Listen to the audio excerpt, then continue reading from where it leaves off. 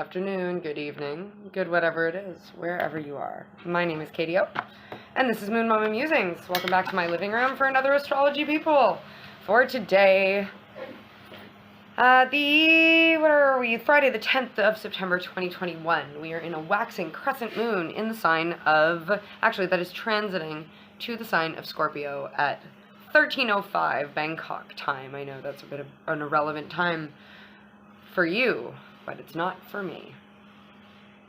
And you're in my house. Sorry, it is what it is. It's a little bit of homework for you. You got to figure out what time it transits yourself in your own zone. Anyhow, today we've got 3 different aspects that we're going to talk about. And all of them are a very, very interesting cumulative energy of she's gonna blow. And I don't think it was a coincidence that they chose certain words in my last sentence that I won't repeat again so I don't get banned on YouTube. Pun intended. I don't know. Whatever. But she's gonna blow.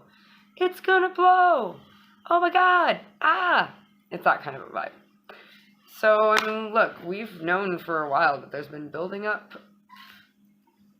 certain energies, and there's been things happening, and there's been stuff on the horizon, and like we're getting closer and closer every day, so it's inevitable that we're going to start encountering energies that are feeling very volatile. I mean, everybody's on a different timeline, right? What could be my breaking point might not be on the same day as your breaking point, or as the breaking point of your neighbor, but either way, it's all this energy that is aligning. Yeah. Okay, so first we have the moon, which is in the sign of Scorpio for all intents and purposes, making a square with Pluto, which is the sign that rules, or the planet that rules the sign of Scorpio. So, challenge much? Yeah. Death and transformation much? Oh yeah. Like, wow, big shifts. So this is kind of like, I'm getting, first of all, that we are getting a vibe of changing the expectations of what Scorpio is. The expectations of what the sacral chakra is. We've been dealing with that before, but maybe we're actually putting it into practice or putting it to the test now. So maybe we've had unhealthy ideas about sexuality, unhealthy ideas about gender, unhealthy ideas about death, unhealthy ideas about relationships or money, about transformations in general, about the way that things change or don't change. Either way, there's been unhealthy ideals and thoughts about certain Scorpio energies, about certain sacral chakra vibe-in stuff. And it's really coming to an end now with the square. It's burdens and obstacles. So it's really like whatever, we're starting to believe more and more now, and we're starting to see more and more that the things that manage to tough through these waves of tests are what is meant to stay. Yeah. Because it's very clear when something falls away that it is not meant for us. So if there's anything happening that you're not sure on yet, wait, my friends, because it will become clear sooner or later whether it's meant to stay or go. Because you've been clearly shown time and time again recently that when something is not meant to be there, it goes away. It just leaves on its own. And I mean, maybe not on its own, maybe there's like an action that needs to be taken, but it's like it comes to a very natural place where you accept that this goes away now. And it just, poof, out of your field. Yeah? So even some of you guys have been trying to get rid of something and it won't go away. Well, if you're trying to get rid of it and won't go away, and it hasn't yet, poof, from your field, thank you, Alana, by the way, then it's because there's still something that needs to be learned. There's still something that needs to be done. There's still some goal that needs to be achieved, some transformation, some lesson, some whatever. The goal is not, you haven't passed this test yet, so you can't go on to the next level. You haven't fought this boss yet, so you can't go on to the next level. But she's going to blow. It's all coming. My notes here say big shifts have recently occurred. Energy had a balancing effect with the Libra moon that we've just transited into in this very day. But now we're all moving into a more passionate energy with regards to the changes that are happening in our life. And that passionate energy has been misconstrued in the past, but we are getting more balanced views on that passionate ideal in this previous moon transit through the sign of Libra, like I said, that gives us this ability to deal with the moon transit through Scorpio in a much more healthy way.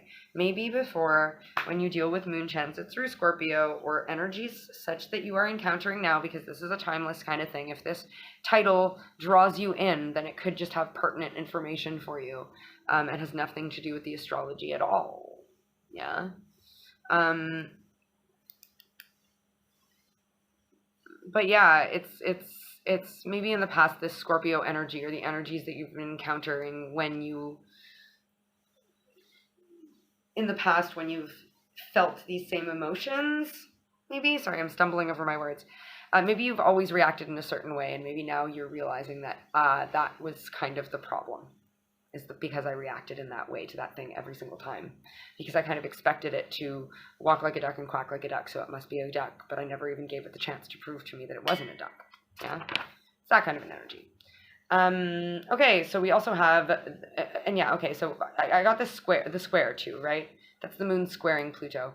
I got this, when I looked at the square the first time, I got this sort of idea of the elephant of Ganesh, of this breaker of obstacles, yeah? So I do feel like this energy is being moved out of the way, right? Pluto is a transformation, you know, so it's transforming those squares, transforming those obstacles. Has there been a day lately where there's been lots of squares? Yeah, on the 6th of September, there was lots of squares. So maybe whatever you were encountering on the 6th of September, that was the day that the moon transited to Virgo. Maybe that was it. Yeah, that's kind of the only time there's been loads of squares. Oh, okay. Or the 31st of August. The 31st of August, things that you were encountering those last couple of days, maybe you're feeling differently about them now. You've had time to process them and you're feeling differently about them now. Sorry. Very thirsty today. It was just 6:44 on the timer there, if that means anything for someone. Okay, the second thing we have is the moon is in a trine with Jupiter.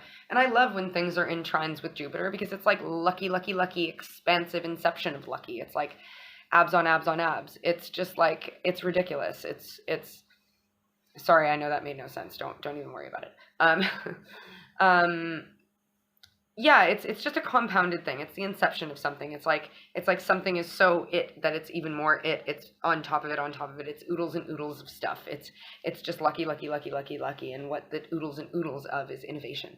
I'm really feeling this vibe of innovation, and that's that moon in Scorpio, right? As we are changing that moon in Scorpio, we are really, really, really making something more efficient. Especially, I've been talking a lot about the Jupiter retrograde in the sign of Aquarius. It's like, it started off its retrograde in the sign of Pisces, where it was like, I need to do this in order to get this expansive goal. And it was a little bit wishy-washy. It was more based on other people's expectations than on what truly was within you. But then once it got to the sign of Aquarius, it got into this way more, all right, let's streamline this and make this actually work for the goals that we want, instead of just like expecting a cookie cutter to give us exactly what we expected, tailor-made to me as an individual. You know, it's like, it's the kind of energy of everybody's a little bit different, and now we're taking that vibe of Scorpio moon and we're making it work for us individually. Yeah, we're taking whatever Scorpio means for us in the most intuitive way, instead of just going, Scorpio's about sex. Yeah, okay. So my notes are, again, big growth, big changes. This new innovative wave of energy has been pulsing through you lately, and it's building up steam. So this is the priming of the machine that I discussed the other day is about ready. Yeah, it's that she's going to blow. It's the pressure cooker is making the little sound. Yes, that's also my turkey sound. So maybe some of you guys have been being a turkey, but you are not going to be a turkey anymore. You're allowing yourself to be cut up and roasted up and plucked and whatever and made into a delicious turkey dinner, because everyone loves a good turkey dinner. I don't know. Maybe some of you guys really like turkey.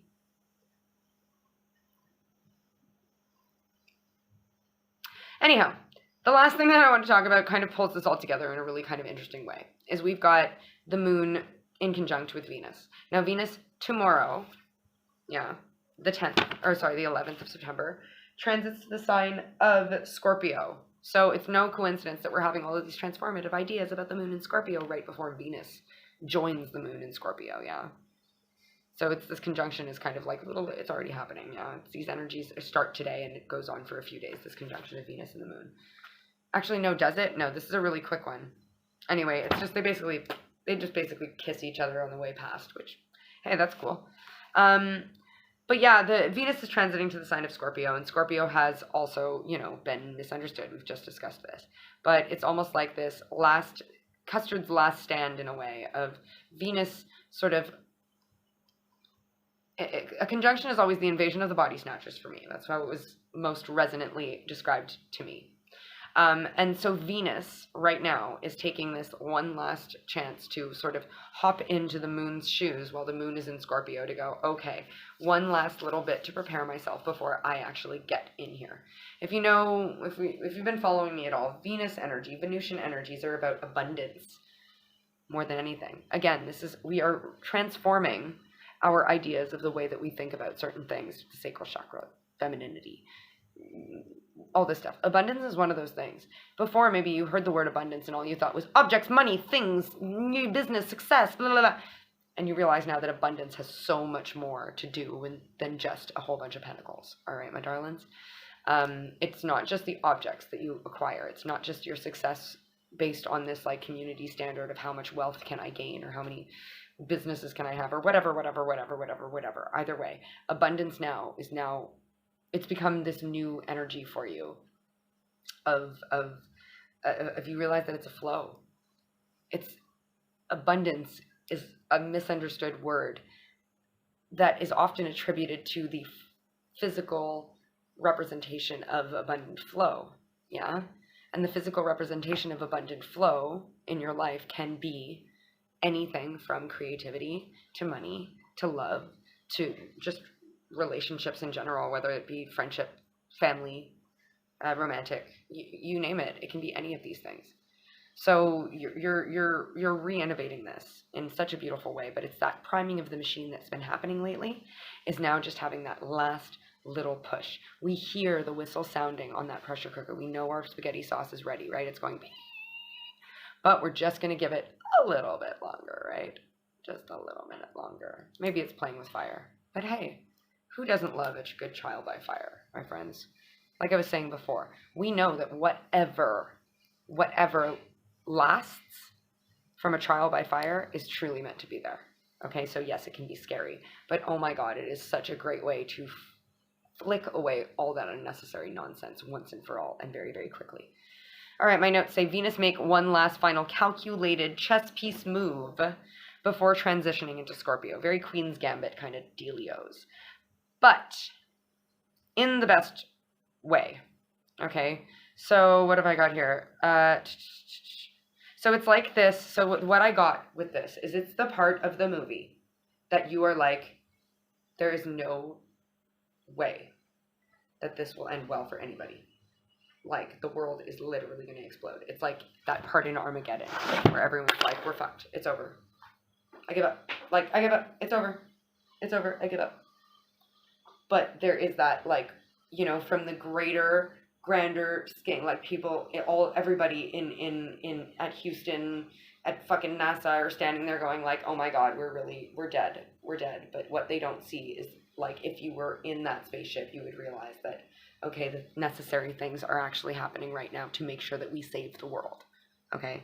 So there is such a strong energy of needing to trust right now because we literally are on that.